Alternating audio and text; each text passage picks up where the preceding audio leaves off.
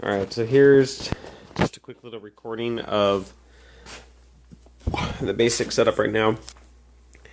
The moisture minder unit itself now has we had to extend the length of the sensor cords, but down here we're gonna have monitored plants for tomorrow. Unfortunately, it's Thursday tomorrow, and we're only going to have one day to monitor this, but I'll have it with me at work, so I'll be able to monitor it. We have two electrical resistance blocks in here, homemade, plaster of Paris. And we have two dielectric sensors. These are the galvanized nails, spaced 1 inch apart.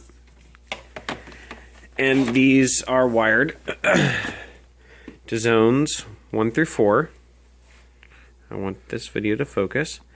Zone 1 through 2 are the electrical resistance blocks, and zone 3 and 4 are the dielectric sensors. On the front here, we have our outputs, which are wired to the corresponding zones, which maybe just for convenience sake we should label. Zone 1, Zone 2, Zone 3, Zone 4. Zone 1, Zone 2, Zone 3, Zone 4.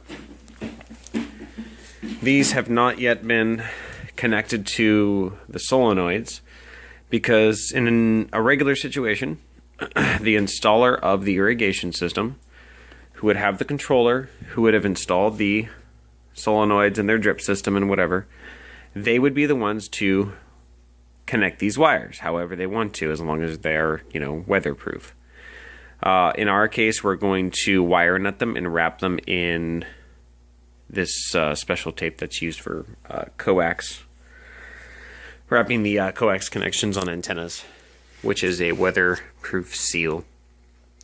And then tomorrow we will be monitoring 4 plants down here, and I'm going to get 2 sets of plants, one for this set and one for this set.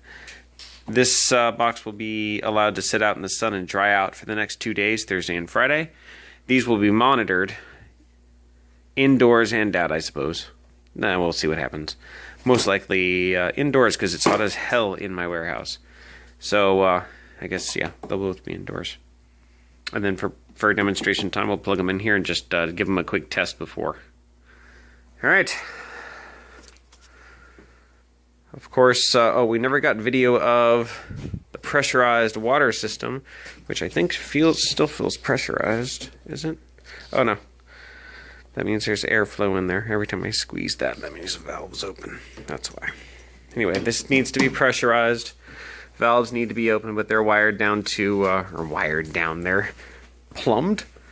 They're plumbed down to our solenoids here, which we had to modify mechanically a little bit. We had to open up all of our solenoids. We were having a problem. We realized that these solenoids are built for a pressurized water system.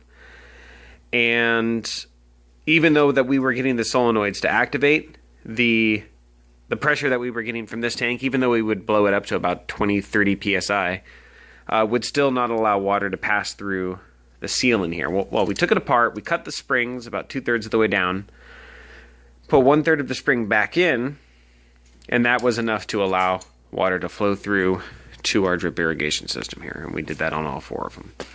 So, yeah, the best way that I figured we could do this, plus I intend to use this system later, is to put 4 output manifolds on each of the 4 zones to show that you can irrigate a fairly large area with this. So, all right, that does it.